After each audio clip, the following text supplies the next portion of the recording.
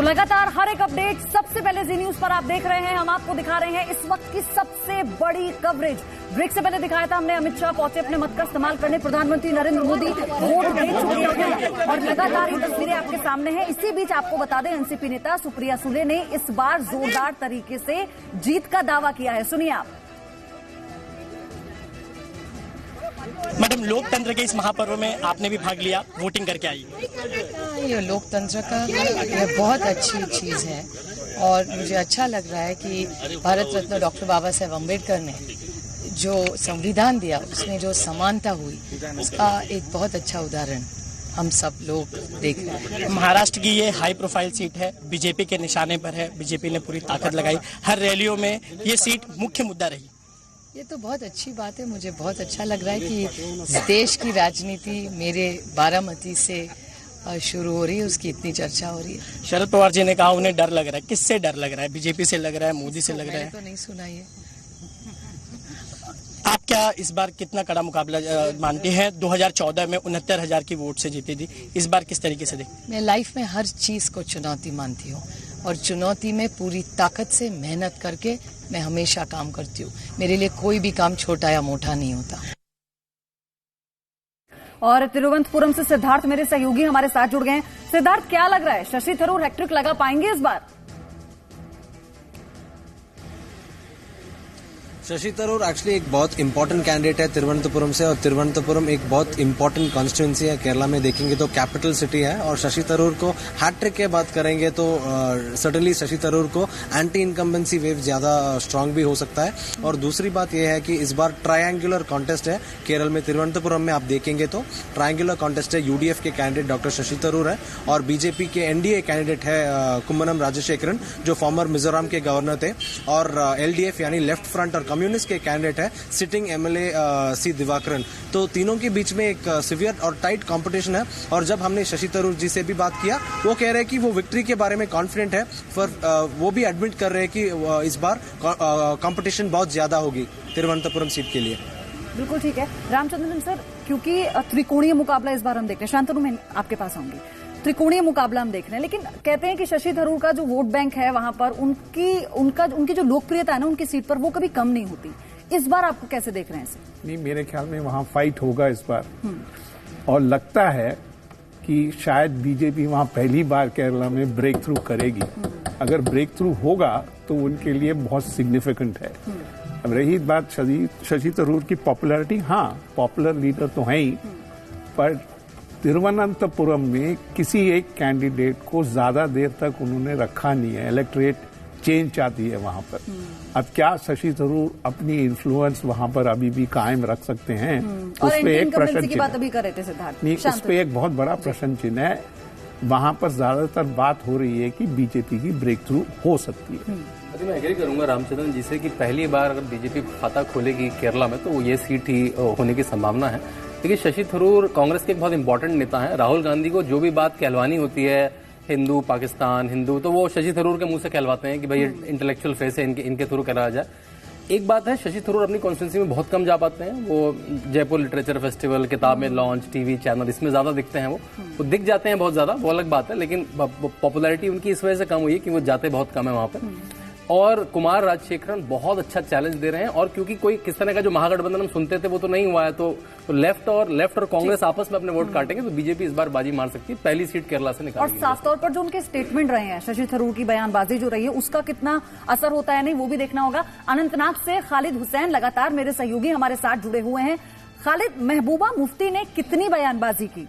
उन्होंने अपने सहयोगी बीजेपी रही उस पर सवाल उठाए, अब अपने आप को पाक साफ बताकर वो आगे की राह पर चल रही हैं। क्या आप असर देख पा रहे हैं? देखिए, महबूबा मुफ्ती के लिए अगर हम बात करें, इस कॉन्स्टिट्यूंसी के डू और डाई की स्थिति है, क्योंकि उनकी खुद की छवि तो दांव पे लगी है, साथ साथ पीडीपी की छवि भी इस जीत और हार पे निर्भर करती है, क्योंकि साउथ कश्मीर जो है उनका वेस्टर्न माना जाता था और यहां से वो 6 बार चुनाव जीत चुकी है, विधायक भी रही है, सांसद भी रही है। इसलिए यहां पर उनका जीतना उनके लिए बहुत महत्वपूर्ण है। हालांकि उन्हें कड़ाके की टक्कर मिल रही है, जो अहमद मीर है, गुलाम अहमद मीर, कांग्रेस के जो अध्यक्ष है वो उनके खिलाफ चुनाव लड़ रहे हैं और काफी इलाके में उनकी बहुत ज्यादा अच्छी पकड़ है, यानी 19-20 का ही फर्क रह सकता है हार जीत में। इसलिए महबूबा मुफ्ती के लिए ये चुनाव जो है बहुत महत्वपूर्ण रहता है। हालांकि उन्होंने एक जो कार्ड खेला है इसके दौरान, चाहे जमात इस्लामी की बात करें, अलगावाद की बात करें या फिर पाकिस्तान की बात करें, हमेशा से उन्होंने मोदी को टारगेट पे रखा है, बीजेपी को टारगेट पे रखा है अपने चुनाव प्रचारों के दौरान। और ये कार्ड उसने इसीलिए खेला है क्योंकि पिछले 4 सालों में जो जमीन खोई थी उसको वापस लेने की कोशिश कर रहे हैं। जी, कितना मुश्किल होगा ये जो खोई हुई जमीन है ना उसे तलाशना, क्योंकि इस बार वहां के मुद्दे सेंटर में आ गए। देखिए कितना मुश्किल किसके लिए नहीं होगा इस वक्त। तो देखिए एंटी इनकम्बेंसी अगर सबसे ज्यादा होती है तो वो करंट मौजूदा सरकार के साथ है। इस वक्त जो सरकार इस वक्त है एनडीए की, उसके साथ सबसे ज्यादा है, क्योंकि इस वक्त जनता सबसे ज्यादा त्रस्त है जीएसटी की वजह से, डिमोनेटाइजेशन की वजह से। आप ही कह रहे थे ना, आप ही सब, सचिन आपसे पूछ रहे थे, आपने कहा कि मुद्दों पे तो बात ही नहीं कर रहा। मेरा सवाल आपसे ये है, तो क्या विपक्ष के पास इतनी वो स्ट्रैटेजी नहीं थी कि वो मुद्दों पर बात कर ले? विपक्ष ने तो कहा अब होगा न्याय। 20 वो जो उन्होंने कहा कि 20% जो जिन लोगों को ये लोग, ठीक है 15 लाख आना तो एक एक्स्ट्रा इमेजिनेटिव होना पड़ेगा आपको कि शायद आए या ना आए, लेकिन 6,000 रुपए इंसान, भाई साहब सुन लीजिए, आप सुनिए, 6,000 रुपए एक गरीब इंसान एक्सपेक्ट कर सकता है कि सरकार ये दे सकती है, क्योंकि 15 लाख पे तो यकीन किया उस पे तो आए नहीं। तो 6,000 रुपए टॉप अप हो या किसी की भी हो, उस पे उम्मीद है एक आम इंसान को कि शायद मुझे मिल जाए। वीडियो दिखाना चाहिए। जब कल दिग्विजय सिंह की सभा में उन्होंने कहा एक युवक को बुला के 15 लाख कहाँ है, तो उसने कहा 15 लाख तो मुझे मिल गए, इतना आत्मसम्मान मिला है सर्जिकल स्ट्राइक के बाद, 15 लाख मुझे मिल गए। वो वीडियो दिखानी चाहिए। इस पर एक बार जोरदार 15 लाख का जवाब ये कवर अप कर रहे हैं आप, सर्जिकल स्ट्राइक, एयर स्ट्राइक, इन सब चीजों, इसी वजह से सेना नाराज है कि पॉलिटिसाइजेशन हो रहा है सेना का।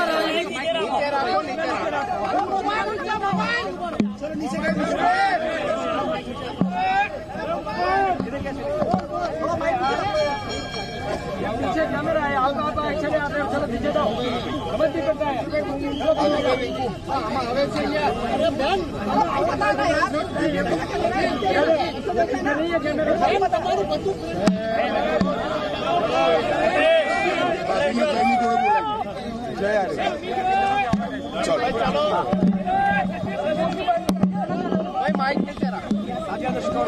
थोड़ा नीचे करो भैया, मैं जोर से बोलूंगा, आवाज ना करो।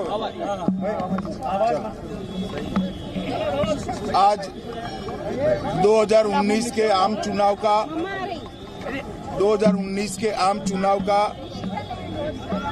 तीसरा चरण का मतदान हो रहा है। पूरे देश भर में उत्साह के साथ लोग वोट डालने के लिए निकले हैं। गुजरात में भी 26 की 26 सीटों पर उत्साहजनक मतदान के समाचार मिल रहे हैं। मैं देश भर की सभी सीटों के मतदाताओं को अपील करना चाहता हूं, गुजरात की भी 26 की 26 सीटों के मतदाताओं को अपील करना चाहता हूं कि भारी संख्या में निकलकर लोकतंत्र के उत्सव में अपनी हिस्सेदारी दर्ज कराएं।